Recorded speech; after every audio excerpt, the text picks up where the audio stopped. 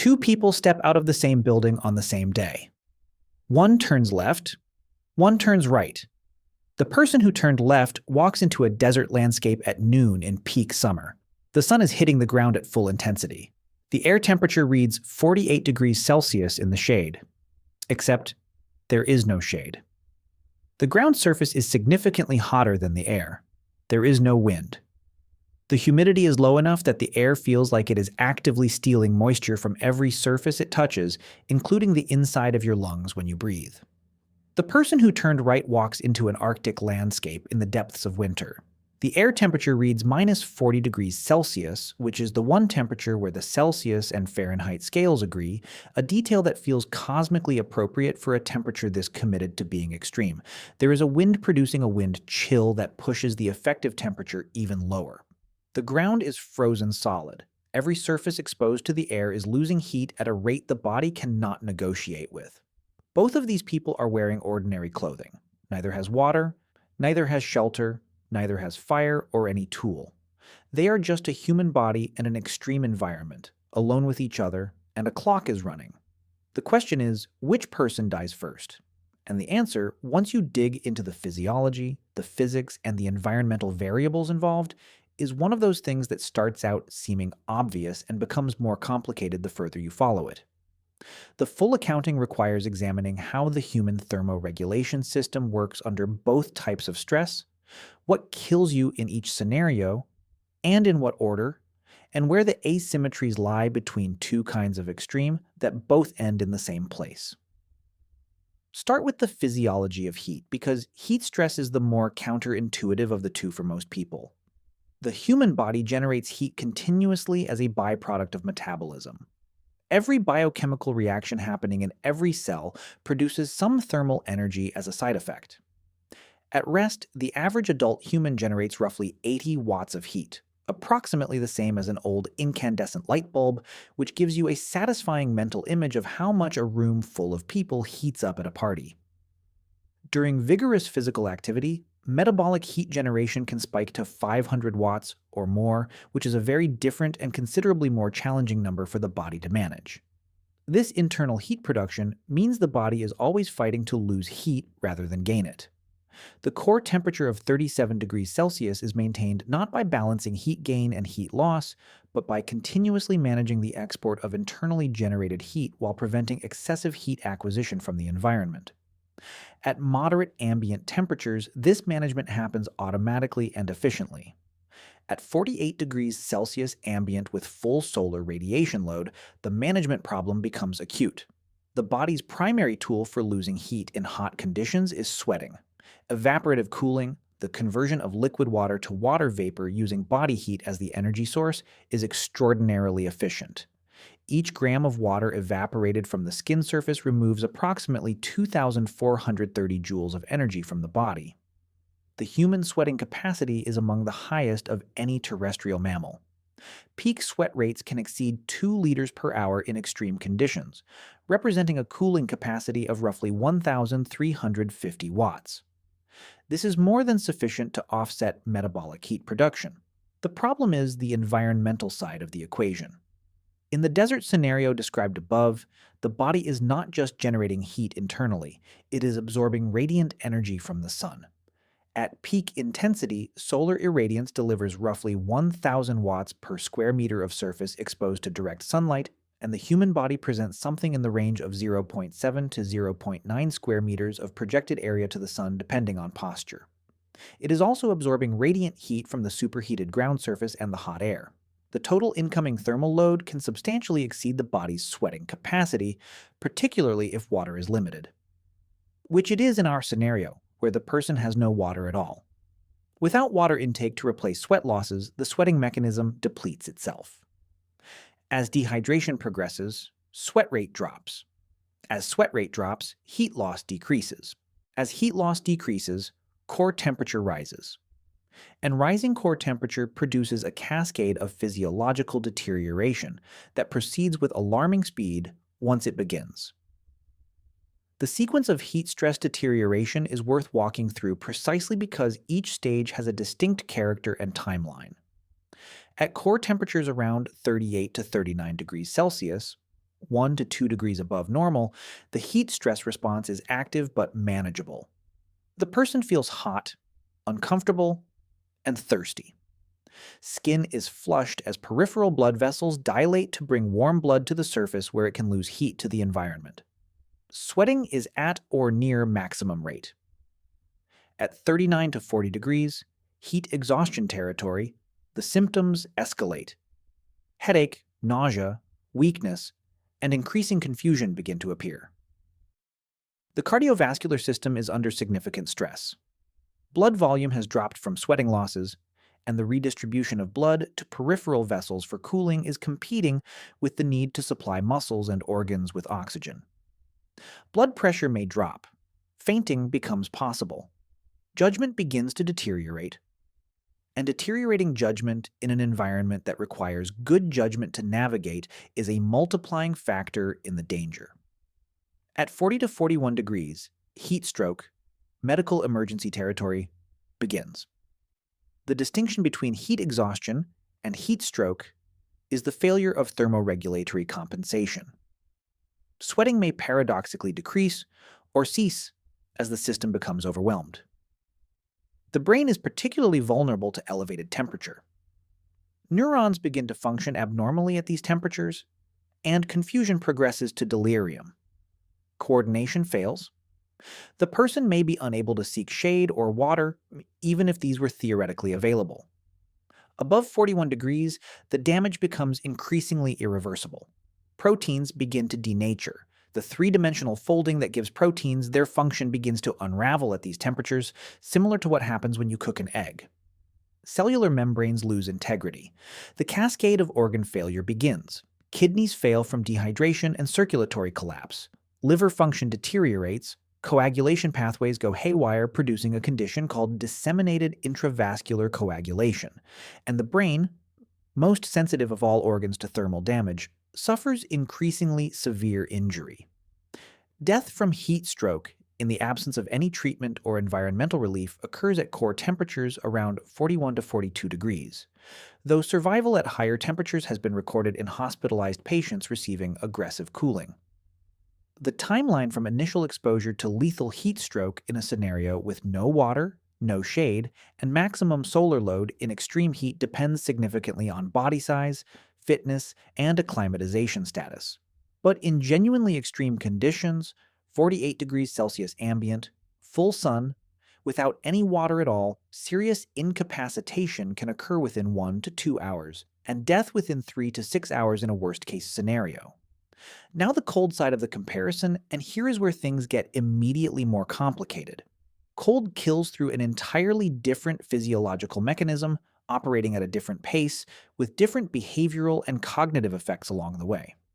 Understanding hypothermia requires understanding the body's heat conservation system as thoroughly as the heat loss system examined above. The body's response to cold begins with peripheral vasoconstriction, the narrowing of blood vessels in the skin and extremities that reduces blood flow to the surfaces where heat is most easily lost. This is the same mechanism you experience as your fingers going cold while your core stays warm. The body is prioritizing thermal protection of vital organs over comfort in the extremities. Shivering.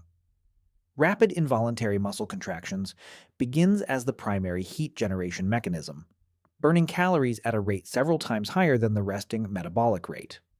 In mild cold, this system is highly effective. A healthy human with appropriate caloric reserves can maintain core temperature indefinitely in moderately cold conditions through shivering alone, provided the insulation of clothing is sufficient and wind is not a major factor.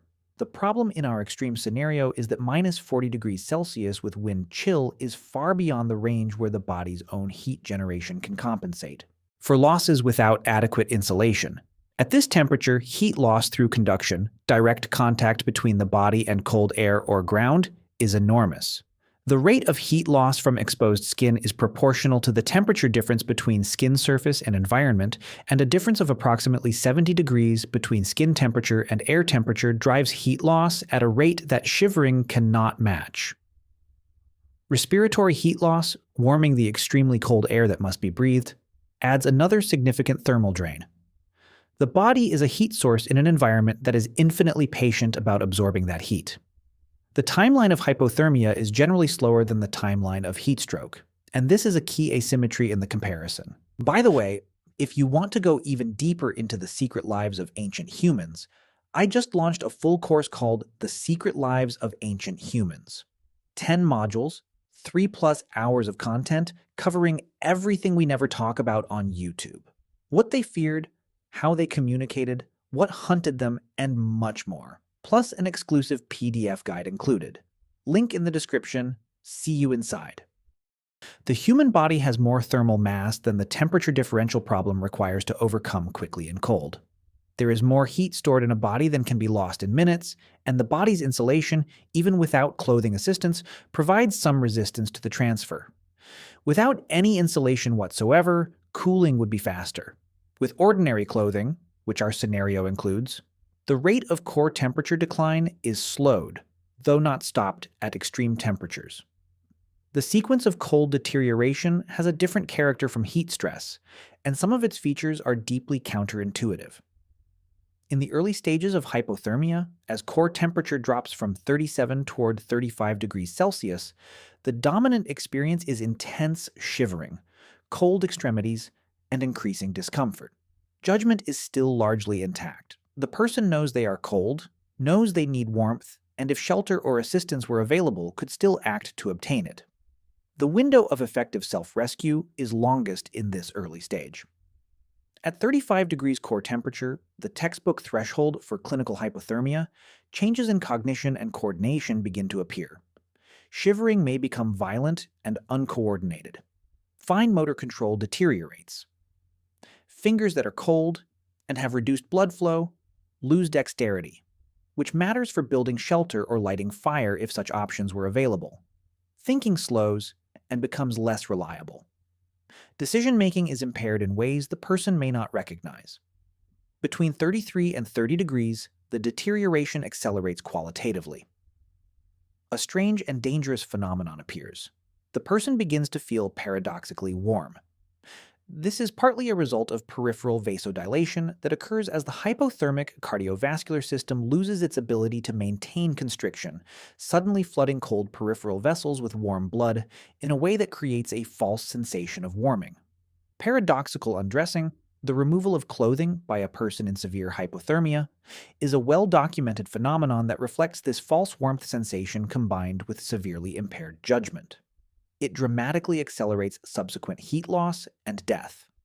Terminal burrowing, in which a person in severe hypothermia crawls into a small enclosed space, is another documented terminal behavior pattern, apparently reflecting a deeply primitive thermoregulatory instinct.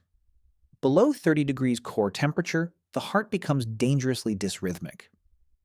Ventricular fibrillation, the chaotic, uncoordinated electrical activity that renders the heart unable to pump effectively at ICU, becomes increasingly likely. The person is likely unconscious or nearly so. Metabolic rate has dropped dramatically as the cold-depressed enzyme activity reduces the rate of all biochemical reactions. The brain is consuming less oxygen than normal, which is why hypothermic cardiac arrest victims have occasionally been successfully resuscitated after prolonged submersion in cold water. The cold-reduced metabolic demand extends the window of potential recovery beyond what warm cardiac arrest allows. Death in our extreme cold scenario, -40, with wind chill, ordinary clothing, no shelter or fire, would typically occur over a time frame measured in hours rather than the shorter window heat might produce, but with significant variability depending on clothing quality, body composition, physical activity level, and wind exposure. So which is faster?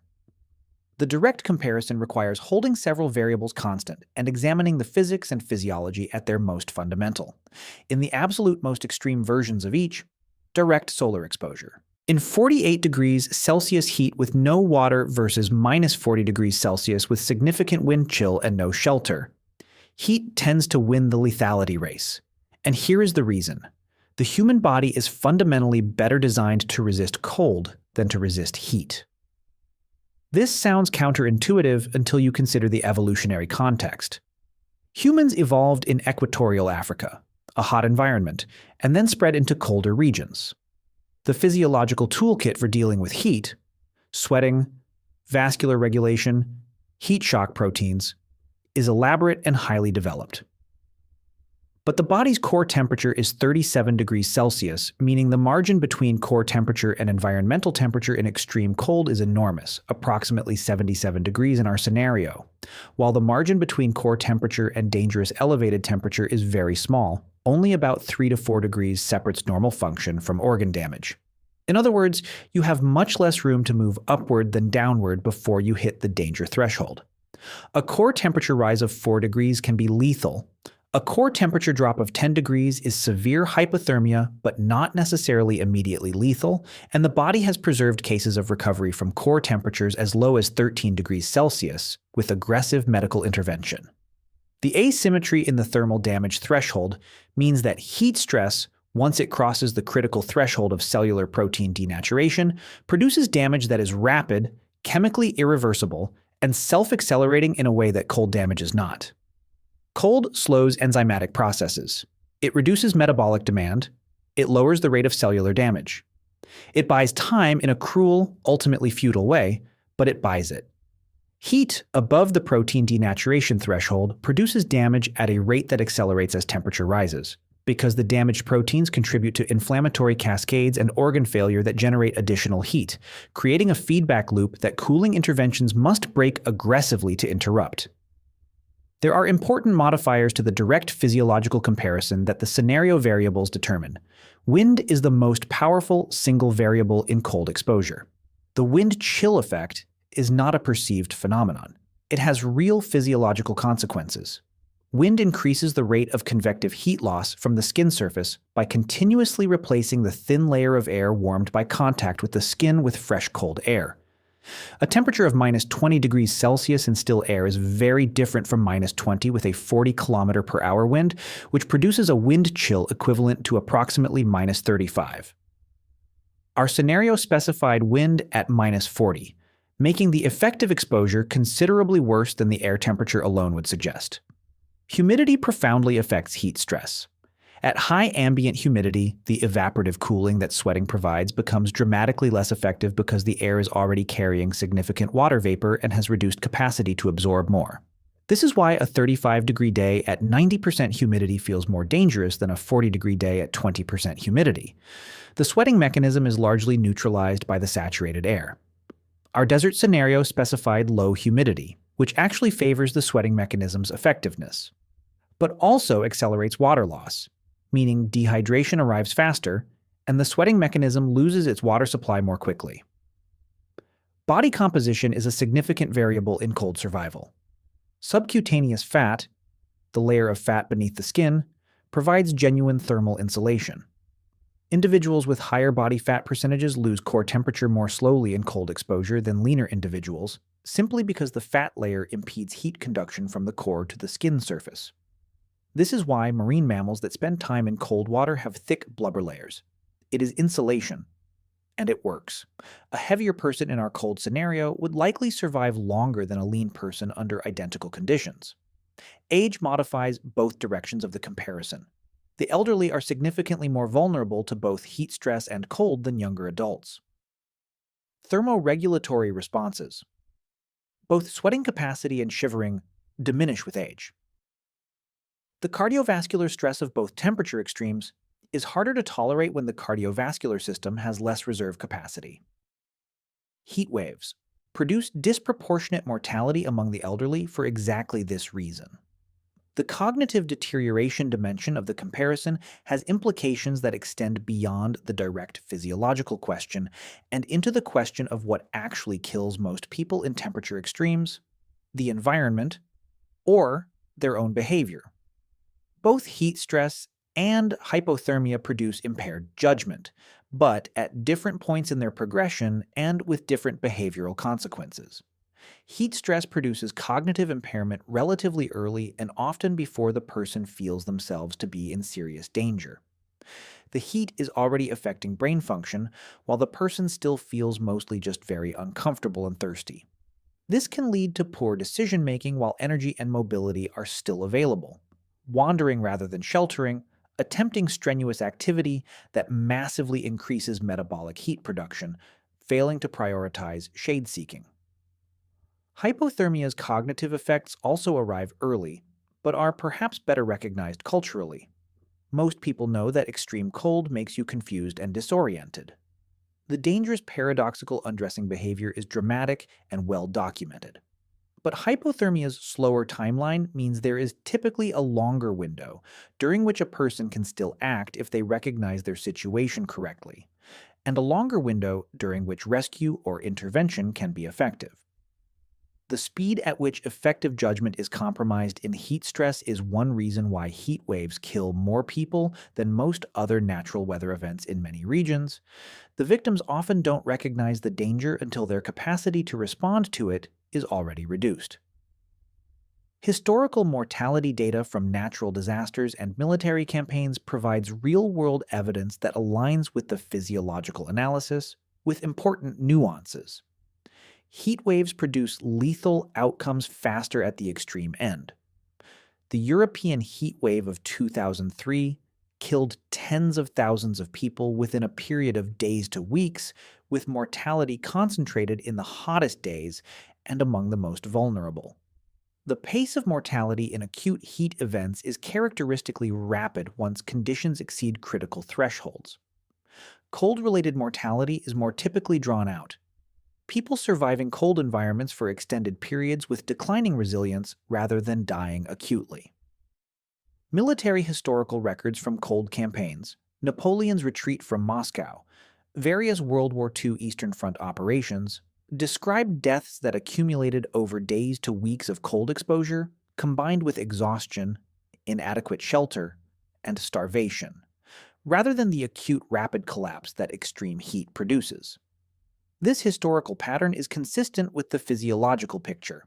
Cold is a slower killer, heat a faster one under the most extreme equivalent conditions, but cold's slower pace doesn't make it less lethal over the medium to long term. It simply distributes the mortality differently in time. The answer to the original question, heat or cold, who wins the lethality race, in the most extreme equivalent conditions and over the shortest time frame, is heat. The margin between your core temperature and the upper limit of survivability is narrower than the equivalent margin in the cold direction. Protein denaturation is chemically irreversible in a way that hypothermia damage is not. Cold can be reversed. Cooked proteins cannot be uncooked. The heat damage cascade accelerates as temperature rises in a feedback loop that cold does not produce. And the sweating mechanism that is your primary defense requires water that, in the scenario described, you don't have, while the cold defense mechanism, shivering, requires only calories, which your body already carries. But the real answer is more textured than a simple binary. Cold kills more people globally per year than heat, primarily because cold-related mortality accumulates through inadequately heated homes, cardiovascular events triggered by cold, and chronic cold exposure in vulnerable populations. A slower, more distributed form of mortality than the acute collapse that extreme heat produces. Cold is more patient. Heat is more dramatic. Both are absolute in the end. The person who turned left and the person who turned right from that building are both in serious trouble. One of them just doesn't know it yet because the timeline is longer. The other one is already sweating and the clock is moving faster than they realize. Neither of them should have left the building without a plan. That is ultimately the most important lesson of the entire comparison. The human body is a magnificent thermoregulation machine that works brilliantly within a range it evolved for and fails with alarming speed the moment that range is exceeded without the technology and knowledge to compensate. The technology and the knowledge are the difference between a thought experiment and a Tuesday morning.